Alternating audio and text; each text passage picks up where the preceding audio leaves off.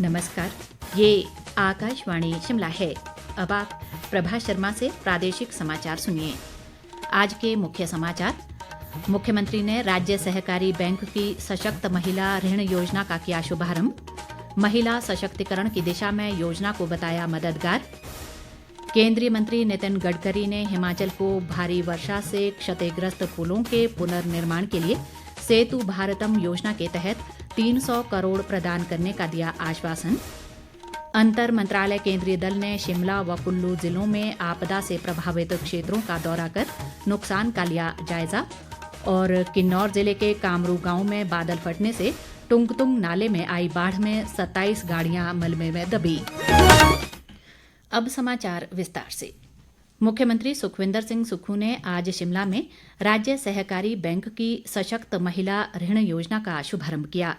इस योजना के तहत हिमाचल की स्थायी निवासी महिलाओं को अपने उद्यम स्थापित करने, आजीविका गतिविधियां आरंभ करने, रोजमर्रा की जरूरतों को पूरा करने, अपने परिवारों के उत्थान के लिए उपभोग्य सुरक्षा मुक्त ऋण प्रदान किया जाएगा। इस अवसर पर मुख्यमंत्री ने कहा कि ये ऋण सुविधा प्रदान कर बैंक ने प्रदेश की महिलाओं को सशक्त करने और कठिन समय में पुनर्भुगतान न कर पाने की स्थिति में अपनी संपत्ति खोने से मुक्त किया है। सुखविंदर सिंह सुक्खू ने बताया कि योजना के तहत बैंक 8.51% की कम ब्याज दर पर क्रमशः 21,000, 51,000 और 1,01,000 रुपए की ऋण सुविधा प्रदान कर रहा है। मुख्यमंत्री सुखाश्रय योजना के लिए सामाजिक न्याय व अधिकारिता विभाग ने मानक संचालन प्रक्रिया अधिसूचित कर दी है। मुख्यमंत्री सुखविंदर सिंह सुक्खू ने विभाग को इस महीने के अंत तक सभी सीडीपीओ व उपमंडल कार्यालयों और जिला कार्यक्रम अधिकारी कार्यालयों में इस योजना के फॉर्म भरने की उपलब्धता सुनिश्चित करने के निर्देश दिए हैं। उन्होंने लोगों से आग्रह किया है कि इस योजना के तहत अपने आसपास के क्षेत्र में अनाथ बच्चों का नामांकन करवाएं ताकि वे इस योजना का लाभ ले सकें। प्रदेश सरकार 27 वर्ष की आयु के अनाथ बच्चों को इस योजना के तहत लाभान्वित करेगी। लोक निर्माण मंत्री विक्रमादित्य सिंह और सांसद प्रतिभा सिंह ने प्रदेश में भारी बारिश व बाढ़ से हुए नुकसान की भरपाई का केंद्र सरकार से आग्रह किया है।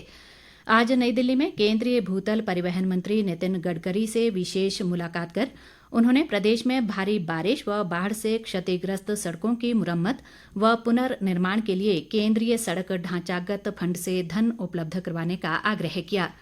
इस दौरान लोक निर्माण मंत्री विक्रमादित्य सिंह ने केंद्रीय मंत्री को प्रदेश में भारी वर्षा से सड़कों, पुलों व भवनों के नुकसान की जानकारी दी।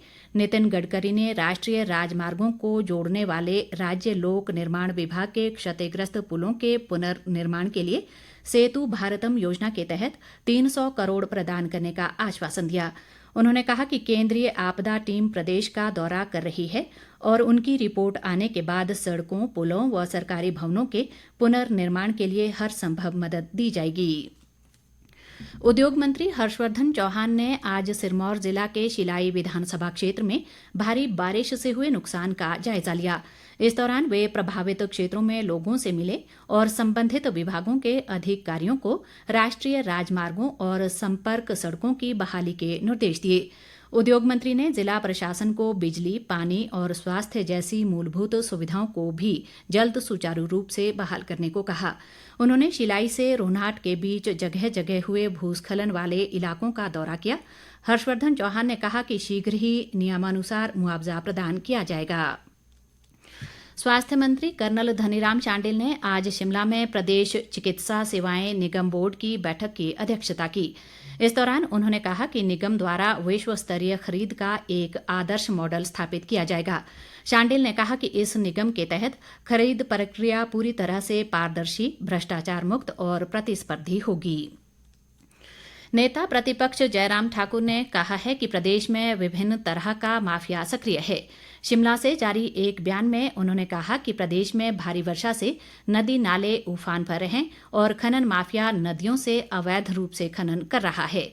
जयराम ठाकुर ने कहा कि ज्वालामुखी के खुंडिया के साथ लगती नुकेड़ खड्ड में अवैध खनन कर रहे लोगों ने पुलिस पर ही हमला कर दिया। उन्होंने इस तरह के बेलगाम माफिया पर चिंता जताते हुए सरकार से इस पर अंकुश लगाने की मांग की है।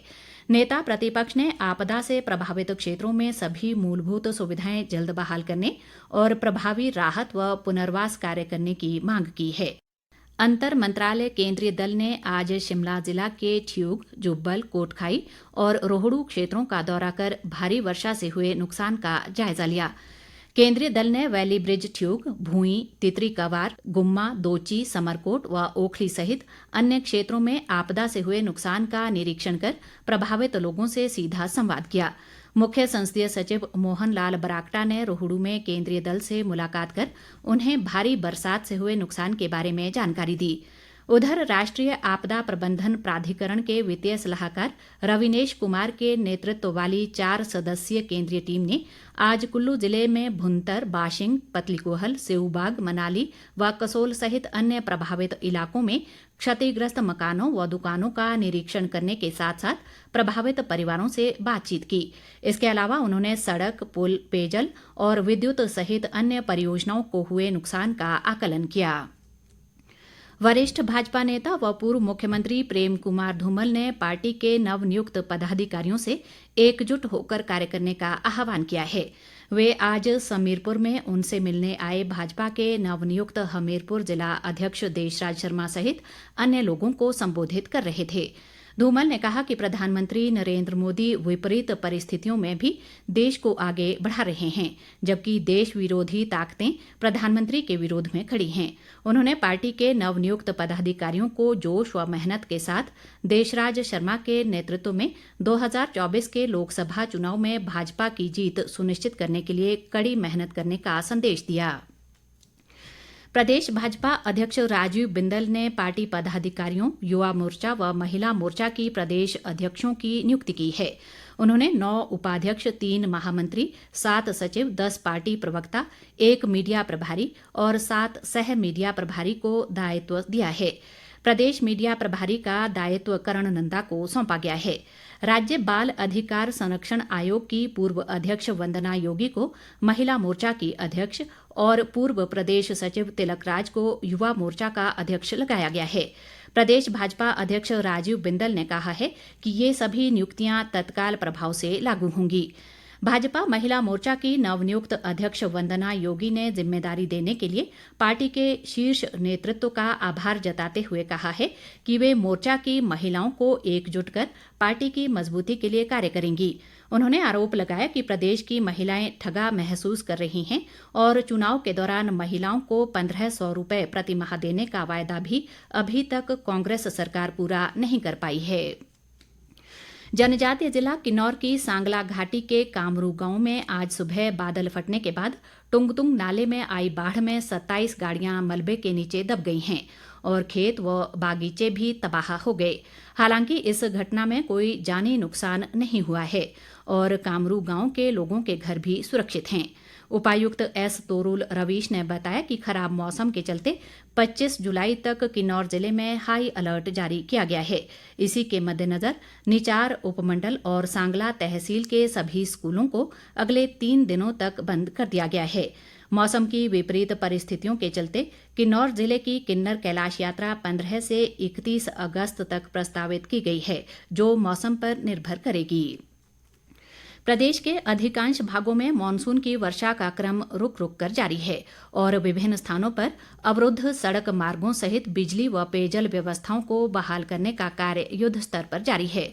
चंबा पठानकोट राष्ट्रीय उच्च मार्ग का बड़ा हिस्सा चंबा बस अड्डे के समीप रावी नदी में बह जाने से लोगों की मुश्किलें बढ़ गई हैं और भारी बारिश के चलते चंबा जिले के कई उपमंडलों में कल 21 जुलाई को भी स्कूल व आंगनवाड़ी केंद्रों को बंद रखने का निर्णय लिया गया है। मौसम विभाग ने 23 जुलाई तक राज्य के अधिकांश भागों में भारी वर्षा का येलो अलर्ट जारी किया है। अंत में मुख्य समाचार एक बार फिर। मुख्यमंत्री ने राज्य सहकारी बैंक की सशक्त महिला ऋण योजना का किया शुभारंभ। महिला सशक्तिकरण की दिशा में योजना को बताया मददगार। केंद्रीय मंत्री नितिन गडकरी ने हिमाचल को भारी वर्षा से क्षतिग्रस्त पुलों के पुनर्निर्माण के लिए सेतु भारतम योजना के तहत 300 करोड़ प्रदान करने का दिया आश्वासन। अंतर मंत्रालय केंद्रीय दल ने शिमला व कुल्लू जिले में आपदा से प्रभावित क्षेत्रों का दौरा कर नुकसान का लिया जायजा और किन्नौर जिले के कामरू गांव में बादल फटने से टुंगटुंग नाले में आई बाढ़ में 27 गाड़ियां मलबे में दबी।